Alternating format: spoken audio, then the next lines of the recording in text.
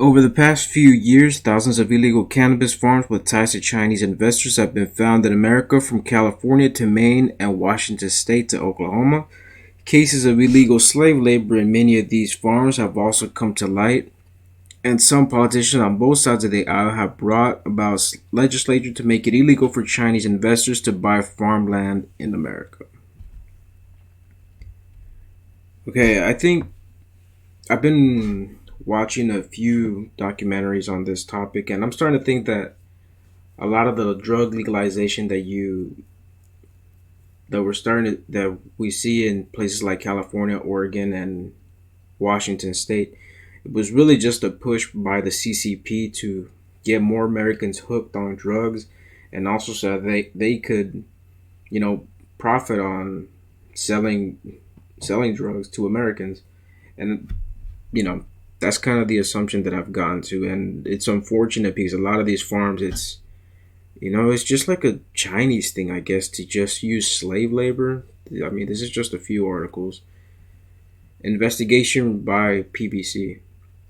Investigation reveals Chinese seafood caught in processing using forced labor sold in the U.S.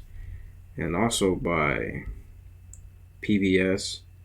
Chinese prisoners say forced labor has been used to manufacture Milwaukee tool gloves.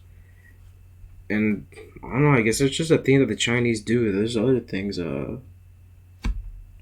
U.S. bans three, from VOA News. The U.S. bans three Chinese manufacturers over suspicions that they use forced Uyghur labor. So, a lot of these, and I think that's where a lot of these Chinese migrants are ending up that are coming into America. They're being promised, money and a job and a place to live, and they just end up in these slave camps where you know, where they're just forced to do whatever these people tell them to do. And when I was growing up as a teenager, and the few months that I went to college, the thought was, if you legalize all drugs, you reduce the amount of power that cartels have and drug dealers have. And now we're starting to see that that's just not the case. There's this documentary called Murder Mountain, and it takes place in Northern California. I think it's a few towns, and a lot of young people go there, assuming that all they're gonna do is just grow weed and smoke pot all day. And really, a lot of people go missing. A lot of bodies are found, and it's because there's a lot of money to be made. And it's a bunch of illegal weed farms, and that's basically. I don't want to spoil anything of that, but that's just what it is. It's illegal weed farms. People are trying to cash in on it, and that thought that crime would be reduced is just by legalizing all drugs is just not true.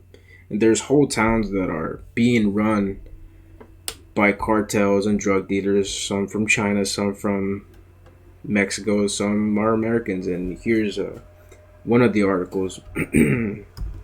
No-go zones. Cartels are setting up marijuana farms. And this is taking place mostly in California, but really it's all over the place. It's Oklahoma, it's Washington State, Oregon, Maine, basically anywhere where there's good farmland. It's being taking place in small towns, because it's small towns, it's easy to just turn a blind eye to a small town. And cartel from the New York Post: cartels are here, California sheriff rips border crisis as detail emerges on massacre of six. I think I did a video on that one not too long ago. And from USA Today: cartel backed pot grows linked to human trafficking and inhumane working conditions. So, yeah, the legalization of drugs, in my opinion, has failed. And I live in Texas, where a lot of people get mad that weed isn't officially legal in the state. And I think, in a way, it's smart that states like Texas wait till states like California do everything first, and then we see what the results are. And especially in cases like this, because it seems that I'm, I mean, you could legalize anything, I guess. But if the people don't have morals, and then everything's just gonna end up going south. Everything's just gonna end up in a bad place. If you anything could be legal, I guess is what I'm trying to say. But if the people don't have good morals, then it's not really gonna matter. You know, things are things are gonna be in a bad place, and we're in a bad place right now. I'm not saying make drugs illegal. I'm actually not even in favor of needing a license to grow farms. But I do think that a good start would be to, I'm not saying completely cut ties with China, because that would be unrealistic, because they're such a big country with the second biggest population in the world. But at least keep them away from our food industry, from our medicine, from our education system, and from our technology. Let's at least start there. Let's start there. Close up the border once again. Get rid of as many illegal immigrants as you can. Those three steps right there, I think, would be good enough. And then after that, I think we could, mostly in cities, but I mean anywhere where it's possible, open anywhere where it's needed. Open up these rehabilitation centers. How we used to have it, where we would take people with mental illnesses so we could treat them. No charge. It'll be a public program.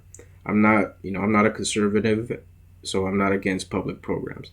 And I think these are steps that we need to take, not just to reduce the amount of power of criminals that are trying to take over the country, but also to help people that have addictions to drugs and mental health issues.